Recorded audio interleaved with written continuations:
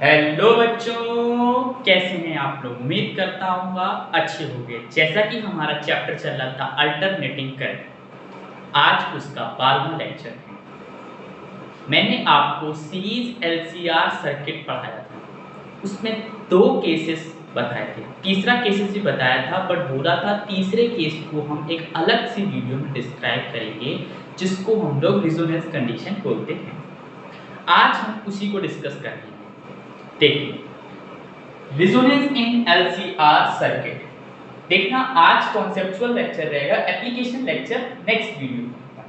तो देखो, आपके पास एक सर्किट है जिसमें कि रिजोनेंस एलसीआर सर्किट है। मतलब एल मतलब इंडक्टर है, सी मतलब कैपेसिटेंस है, और आर मतलब रेजिस्टेंस है। And this circuit is known as LCR circuit. और ये एसी सोर्स से कनेक्टेड है। किससे कनेक्टेड है? एसी सोर्स से। अंडरस्टैंड? ऐसे, ठीक है। ये क्या है? एल सी आर, ठीक है। अब बात देखो, इसका हम लोग एक फेजर डायग्राम बनाते थे जनरल वे वाला, तो वो ये रहता था ना, वी आर इधर रहता था, वी सी इधर रहता था, और वी एल इधर रहता था। तो आप लोग कहेंगे भैया वी नॉट ये सब रहता था, तो मैं बोल रहा हूँ हाँ, ये सारी ऑल पीक वैल्यूज है। क्या है? पीक वैल्यू है। ये सारी पीक वैल्यू यही रहता था। ये करंट की डायरेक्शन में रहता था, ये करंट से 90 डिग्री आगे रहता था, ये करंट से 90 डिग्री पीछे रहता था, ठीक है। यहाँ फिर आरएमएस वैल्यू भी ले सकते हैं, आपको बोला था ना, आरएमएस वैल्यू भी ले सकते हैं, ठीक। तो वही चीज है। और इसका हम लोग एक और फेजर डायग्राम बनाते थे। वो किससे बनाते थे? जिससे इंडक्टेंस निकलता था, ये सब। वो फेजर डायग्राम कुछ इस टाइप का रहता था, एक्सएल एक्सी आर, ठीक। देखो, हमने एक केस वहां पर पढ़ा था कि जब VL is greater than VC, या फिर इसको ये बोल सकते हैं, और XL ग्रेटर देन XC। एक केस ये पढ़ा था। दूसरा केस ये पढ़ा था कि VC ग्रेटर देन VL और XC ग्रेटर देन XL, ठीक। 2 केस पढ़े थे, ये दोनों ने वहां डिस्कस कर लिए थे, ठीक है। आज हम तीसरे केस को डिस्कस करेंगे जिसमें VC बराबर VL होता है, या फिर हम बोल सकते हैं XC बराबर XL।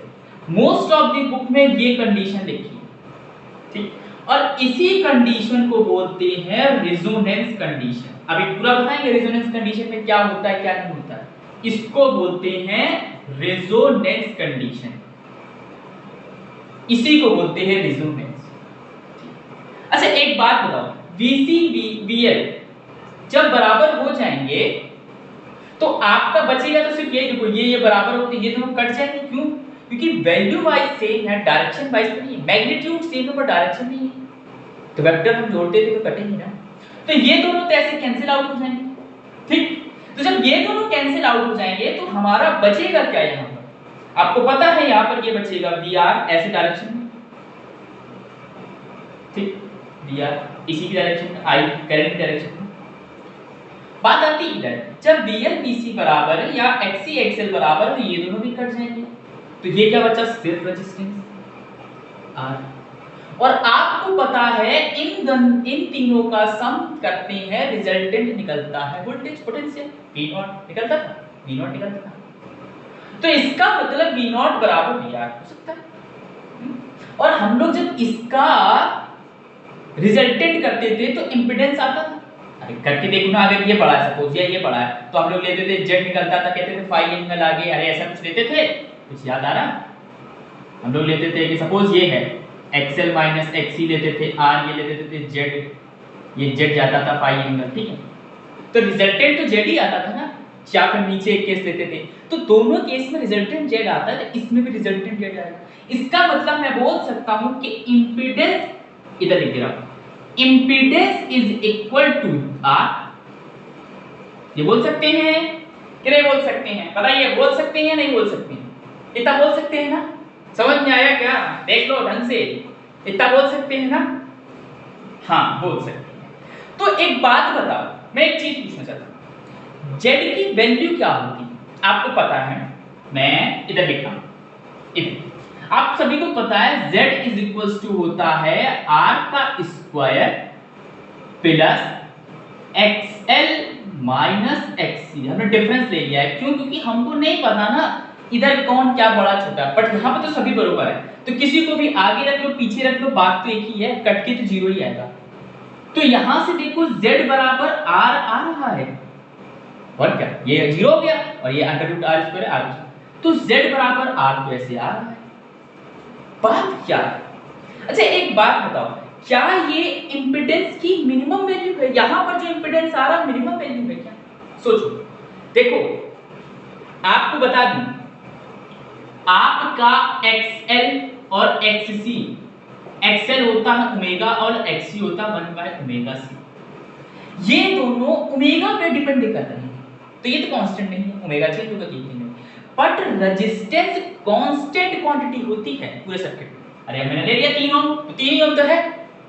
XL XC बदलते रहेंगे, क्योंकि यहां जो ओमेगा सेट करोगे, जो एंगुलर फ्रीक्वेंसी होगी उसके अकॉर्डिंग दोनों चेंज होते रहेंगे। एंगुलर फ्रीक्वेंसी पे तो डिपेंड कर रहा है, देखो ना ओमेगा ओमेगा, ठीक है? तो ये एंगुलर फ्रीक्वेंसी पे चलता है, बट ये तो कांस्टेंट है, तो मैं बोल सकता हूं ये जो आया ये आया minimum value of impedance, minimum value of impedance आ रही। इसका मतलब हम एक बात बोल सकते हैं, क्या बोल सकते हैं? कहां लिख दूं? यहां at resonance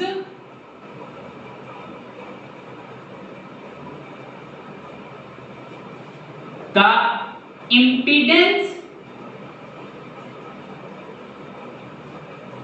of the circuit is minimum। ये इंपॉर्टेंट है। रिजोनेंस कंडीशन में एक चीज हमको पता चली, हमारा इंपेडेंस मिनिमम है। अभी तक इतना पता चला हमें अपने सूत्रों के मुताबिक, ठीक? क्या मिनिमम रहेगा इंपीडेंस? अच्छा चलो इसको हटा, एक सेकंड इसको हटा, ठीक? देखना बहुत इंटरेस्टेड टॉपिक है,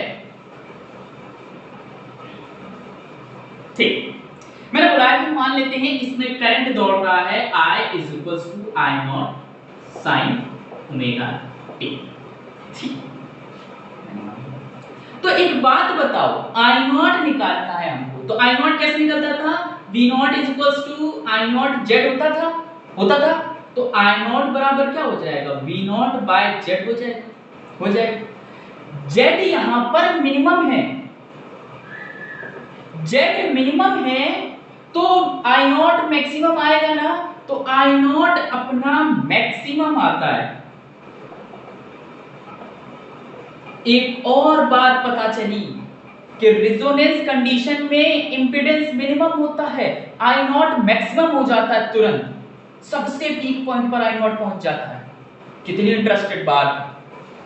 अच्छा I नॉट की वैल्यू क्या होगी? तो हम I नॉट को लिख सकते हैं I नॉट बराबर V नॉट बाय R, क्योंकि Z इक्वल टू R है, ये I नॉट मैक्स है, ये मैक्सिमम I नॉट, ठीक?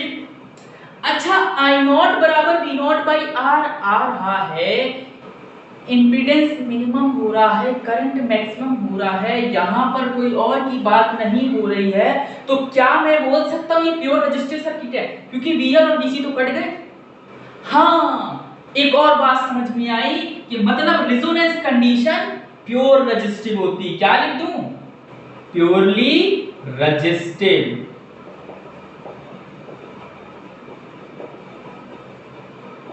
Circuit, understand? Purely resistive circuit रहता है। अच्छा मैंने कहा कि हम ओमेगा की वैल्यू ऐसी सेट करें जिससे VL VC दोनों बराबर आ जाए, कट जाए।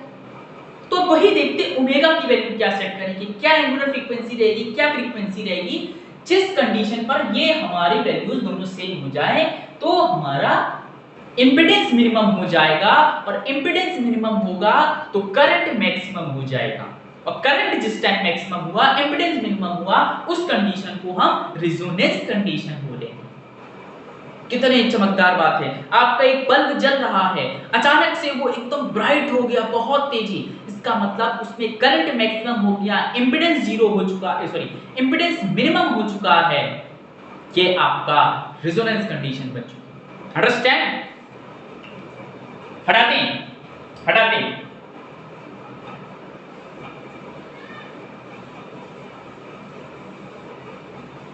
इसको भी रखे रहते हैं, इसकी जरूरत नहीं। हाँ, तो मैंने बोला कि चलो हम मानते हैं, देखो हमने बोला XL बराबर XC होगा, यही रेजोनेंस कंडीशन है, ठीक है। तो हमने बोला कि हमारा XL होता है ओमेगा L और XC होता है 1 बाय ओमेगा C। हम यहाँ पर ओमेगा को ओमेगा नॉट मान ले रहे हैं, लेट कर रहे हैं, ठीक है, मान रहे हैं। तो इस ओमेगा की जगह ओमेगा नॉट कर दो, इसकी जगह नॉट, ठीक। हमने इसका क्रॉस मल्टीप्लाई कराया तो ये हो गया ओमेगा नॉट का स्क्वायर L, ठीक है, LC is equal to 1। Omega naught के स्क्वायर को 3 रखा, 1 बाय LC हो गया, ठीक। ओमेगा नॉट का स्क्वायर हटा, ओमेगा बराबर हो गया 1 बाय अंडर रूट LC। ये आई एंगुलर फ्रीक्वेंसी। एंगुलर फ्रीक्वेंसी क्या होगी, ये रखोगे तो ये दोनों कंडीशन बराबर हो जाएगी। आपने कहा भैया एंगुलर फ्रीक्वेंसी, हमको सिर्फ फ्रीक्वेंसी बताओ, तो आप सभी को पता है, मैं कहां बता दूं, क्या बता दे रहा हूं, ओमेगा बराबर होता है 2 पाई एफ नॉट, ये होती है एंगुलर फ्रीक्वेंसी बराबर फ्रीक्वेंसी, ठीक। तो हम ओमेगा नॉट की जगह ये रख देंगे, ओमेगा नॉट की जगह रख देंगे 2 पाई एफ नॉट, ये ओमेगा नॉट है तो बराबर ही होता है, अगर ओमेगा है तो ये होता है। तो ओमेगा नॉट की जगह ये रखा बराबर अंडर रूट LC, ये 2 पाई इधर आ जाएगा तो एफ नॉट बराबर हो गया 1 by 2 pi under root LC। This is equals to frequency, और इसको बोलते हैं रिजोनेंट फ्रीक्वेंसी। समझिए, समझे?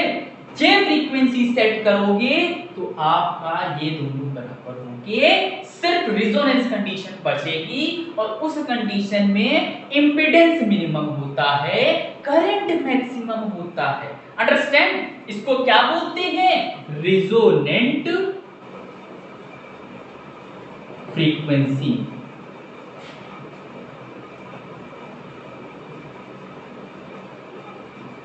Resonance frequency. अंडरस्टैंड? अगर इतना समझ में आ गया हो तो जरा छापो, और हम फिर इसके बाद ग्राफ वेरिएशन से आपको समझाएंगे। जल्दी छापो।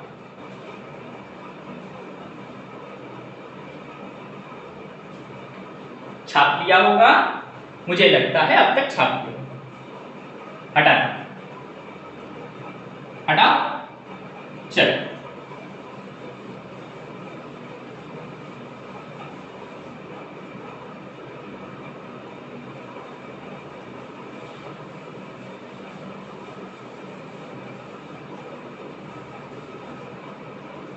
इसको बैठा देते हैं, हमें तो ग्राफ देखिए, ग्राफ्स देखते जा रहे हैं हम, ग्राफ से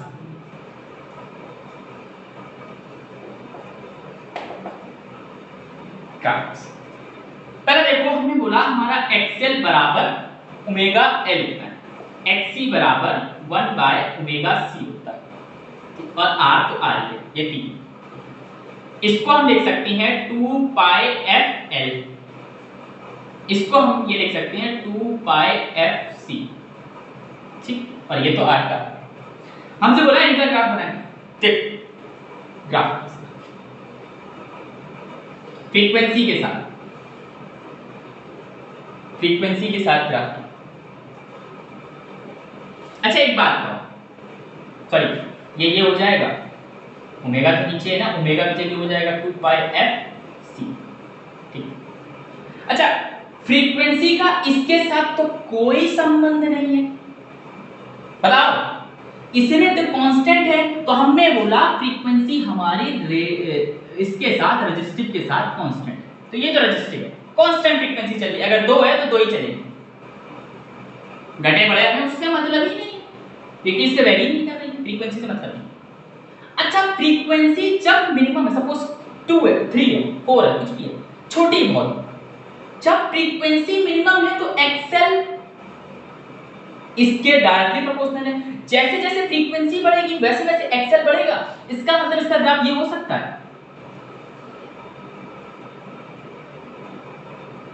एक्सएल। अरे जैसे जैसे फ्रीक्वेंसी बढ़ रही है वैसे वैसे एक्सएल, और जैसे जैसे फ्रीक्वेंसी बढ़ रही है वैसे वैसे एक्सी घट भी तो रहा है। अरे यार देखो ना, इनवर्सली प्रोपोर्शनल है। एक्स एफ बढ़ाया एक्सी घट रहा है, फ्रीक्वेंसी बढ़ा रहा है एक्सी घट रहा है। इसका मतलब कुछ इस टाइप में पूरा होगा।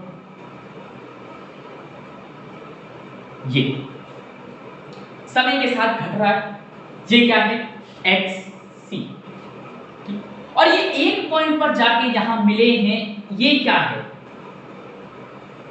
यही तो वो कंडीशन है एफ नॉट, यही वो फ्रीक्वेंसी है जहां पर ये दोनों सेम होंगे और हमारा इंपीडेंस जीरो हो जाएगा, करंट मैक्सिमम हो जाएगा। इस कंडीशन पे देखो ना, जितना ये है उतना ही तो ये है, दोनों बराबर है, दोनों इस पॉइंट पर आके मिले, दोनों इतने बराबर है, इधर से बराबर है, इधर से बराबर। अंडरस्टैंड? ये पहला केस था। अरे समझ में आया ना, बहुत इजी है। देखिए इसका कॉन्सेप्ट भी बहुत इजी है, इसकी एप्लीकेशन भी बहुत इजी है और एसी सबसे इजी है। अगर ये किसी को नहीं समझ में आ रहा, इसका मतलब वो हमारे प्रीवियस लेक्चर नहीं देखे।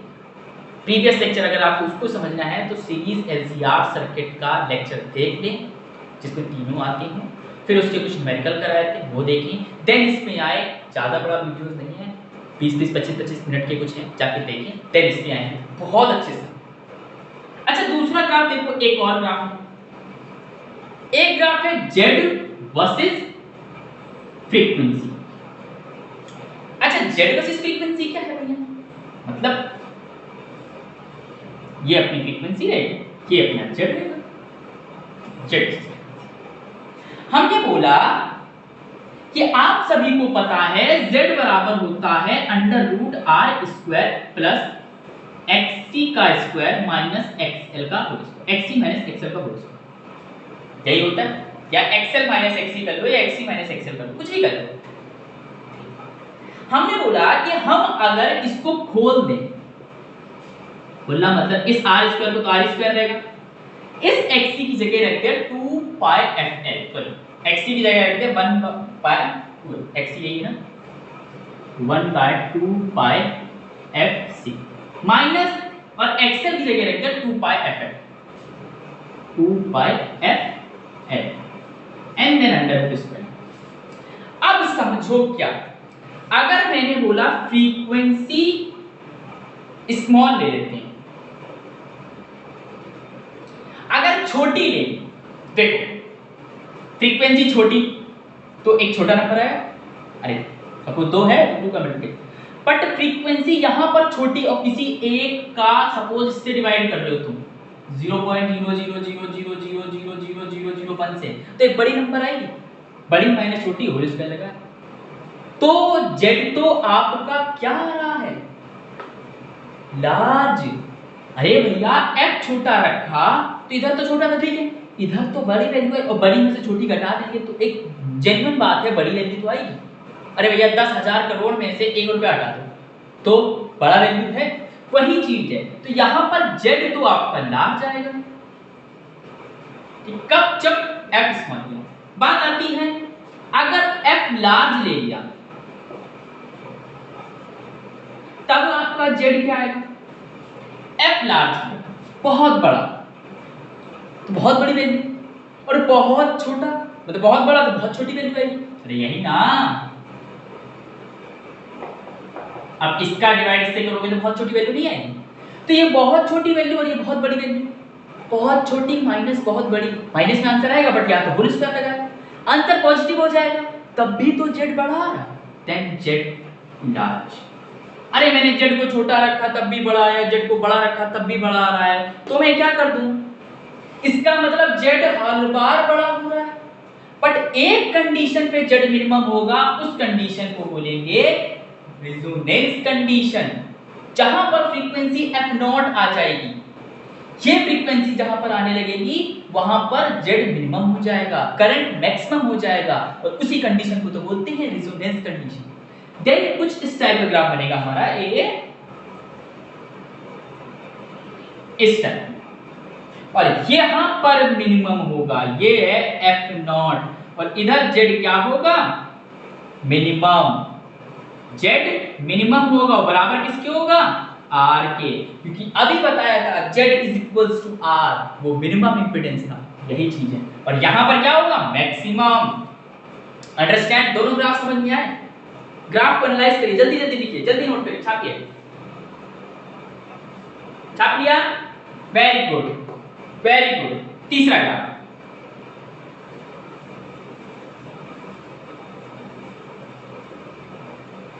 मजा आ रहा है? बहुत इंटरेस्टिंग टॉपिक है, सही बता रहे, दिमाग खोल देगा। कहां मिनिमम, कहां रेजोनेंस, ये सब बताएंगे, एप्लीकेशन तो और देखना।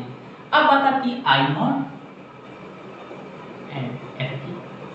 आई नॉट और एफ की बात करते हैं।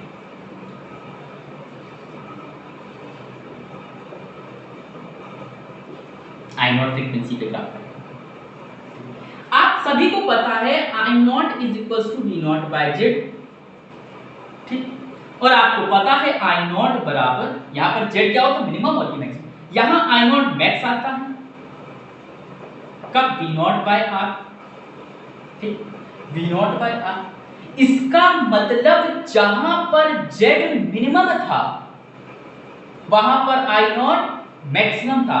जस्ट इसके प्रीवियस वाला ग्राफ कुछ इस टाइप में था, यहां जेड मिनिमम था, अब यहां पर आई नॉट मैक्सिमम होगा। इस कंडीशन में आई नॉट मैक्सिमम होगा, मतलब जहां पर एफ नॉट फ्रीक्वेंसी आएगी वहां पर आई नॉट मैक्सिमम होगा। अंडरस्टैंड? तो ग्राफ कैसा होगा, जेड हमारा लार्ज था, दिखाया थी अभी, लार्ज आ रहा था, एफ स्मॉल रखो या एफ बड़ा रखो, तो मतलब लार्ज से धीरे धीरे ऐसे जाएगा और ऐसे।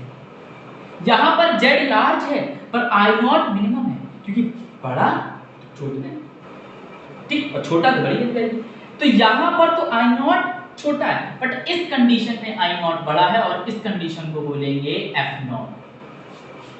इधर क्या है, आई मैक्स है, आई नॉट मैक्सिमम। अंडरस्टैंड?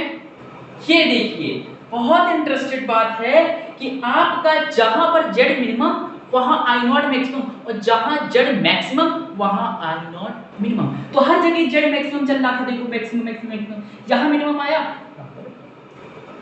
नहीं तो है सिर्फ, ठीक जेड का उल्टा काम आई नॉट कर रहा है।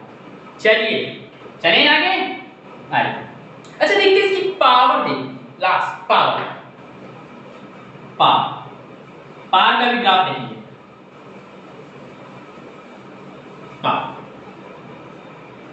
पावर क्या होती है, पावर इज इक्वल टू होता है V R M S into I R M S into cos phi. Cos phi क्या होता था, फेज डिफरेंस या पावर फैक्टर, पर फाई क्या होता था, फाई तो होता था ना फेज डिफरेंस। इस केस में तो फेज डिफरेंस ही नहीं है, क्योंकि सीधे रजिस्टिव प्योर रजिस्टिव सर्किट है, और प्योर रजिस्टिव सर्किट में फेज डिफरेंस ही होता है। नहीं समझे, चल देखो हम बताते हैं। अच्छा ऐसे भी निकाल सकते हो, tan फाई बराबर होता है XL minus XC by R, और एक्सएल माइनस एक्सटी तो दोनों बराबर हैं, इस केस में दोनों जीरो, अरे भाई जीरो हो जाएंगे, तो tan फाई बराबर जीरो, इसका मतलब फाई बराबर जीरो है। यहां पर फाई जैसे ही जीरो रखोगे, फेज डिफरेंस जीरो है, फाई जीरो रखोगे तो cos फाई की मैक्सिमम वैल्यू आ जाएगी, जिसको बोलते हैं 1। फाई जीरो रखा तो cos 1 आ जाएगा, ये है मैक्सिमम, मैक्स वैल्यू। मतलब हम बोल सकते हैं पावर भी हमारा मैक्सिमम आएगा, क्योंकि ये कांस्टेंट पावर मैक्सिमम आएगा, पावर भी मैक्सिमम आएगा, ये आरएमएस इनटू आईआरएमएस इनटू 1, क्यों, क्योंकि ये cos फाई मैक्सिमम है, ठीक। तो हम बोल सकते हैं पावर वी आरएमएस को बोलते हैं V naught by root 2, I RMS को बोलते हैं I naught by root 2, and this equals to 1, ठीक। चलिए पावर मैक्सिमम हम बोल सकते हैं P maximum is equals to, हम वी नॉट की जगह क्या लिख सकते हैं, वी नॉट की जगह लिख सकते हैं आई नॉट इनटू आर, अरे होता है ना, अरे अभी करे थे पी नॉट बराबर आई नॉट ये इस आर को दबे दिया, ठीक, हाँ बाय 2 इंटू आई नॉट, ठीक, आई नॉट हो जाएगा this is equal to I naught का square into R by 2 power maximum. ये आई नॉट भी तो मैक्सिमम करंट होता है, तो ये हो जाएगा I naught max into R by 2, ये पावर मैक्स है। इसको एवरेज पावर भी हम लोग बोलते हैं, क्या बोलते हैं? एवरेज। ये एवरेज ही तो है, इंटरचेंजेस थोड़ी, एवरेज के निकालने का तरीका है एवरेज। अच्छा पावर वाला नोट करो, मैं पावर का ग्राफ देखो, एक चीज देखो, पावर भी मैक्सिमम आ रही है। रेजोनेंस कंडीशन में impedance minimum, current maximum, power maximum और purely resistive circuit is this condition called resonance condition. मेरे ख्याल से अब समझ में आ गया होगा, मैं आधे घंटे से समझा रहा हूं रेजोनेंस कंडीशन ये होती है। इसका एक ग्राफ देखते हैं, फिर आज के लेक्चर को समाप्त करते हैं। नेक्स्ट लेक्चर आएगा इसके एप्लीकेशन पे। इसका ग्राफ हटाएं, इसका ग्राफ ये है एफ फ्रीक्वेंसी के साथ और पावर,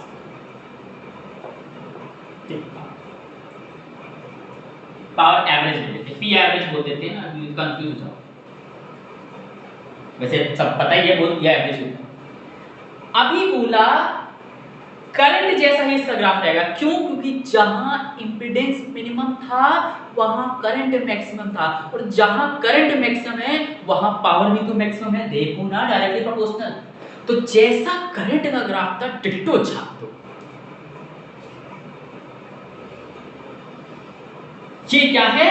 ये वो कंडीशन है जहां पर एफ नॉट, मतलब यहां इस कंडीशन में इंपेडेंस मिनिमम होगा, करंट मैक्सिमम होगा, पावर मैक्सिमम होगी, प्योरली रेजिस्टिव सर्किट होगा, और इस कंडीशन को बोलेंगे रेजोनेंस कंडीशन। ये है पावर मैक्सिमम। आई थिंक समझ में आया होगा बहुत अच्छे से, ठीक है? अगर समझ में आया हो तो लाइक करें, सब्सक्राइब करें और दोस्तों के साथ शेयर करें, और जहां पे भी कोई डाउट हो कमेंट करके मुझे बता दें, मैं आपका डाउट क्लियर करने की पूरी कोशिश करूंगा। तब तक के लिए ओके बाय, पढ़ाई करते रहें। नेक्स्ट वीडियो आएगी इसके एप्लीकेशंस के ऊपर। Okay bye.